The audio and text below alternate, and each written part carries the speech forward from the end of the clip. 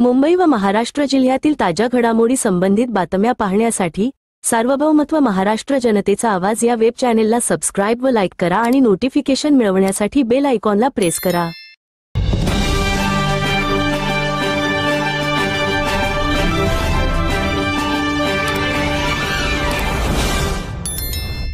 सार्वभौमत्व महाराष्ट्र जनतेचा आवाज न्यूज चॅनेलमध्ये आपले स्वागत आहे। दिवसभरातील ताज्या घडामोडी सविस्तर वृत्त सादर।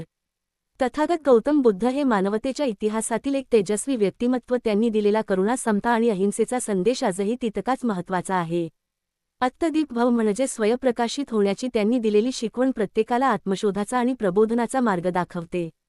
आज बुद्ध जयंतीच्या निमित्ताने त्यांच्या विचारांना आचरणात आणण्याची प्रतिज्ञा करूया। जात, धर्म, लिंग, वर्गभेद विसरून मानवतावाद, विज्ञाननिष्ठा आणि समतेच्या वाटेवर चालण्याचा संकल्प करूया। शांतता आणि अहिंसा हाच जीवनाचा राजमार्ग आहे ह्याची शिकवण भगवान गौतम बुद्ध यांनी साऱ्या जगाला दिली। दया, क्षमा, शांतीचा प्रसार करणारे, असत्याला सत्याने जिंकण्याची शिकवण देणारे आणि मानवजातीला स्वयंप्रकाशित व्हा हा संदेश देणारे भगवान गौतम बुद्ध यांना शतश नमन।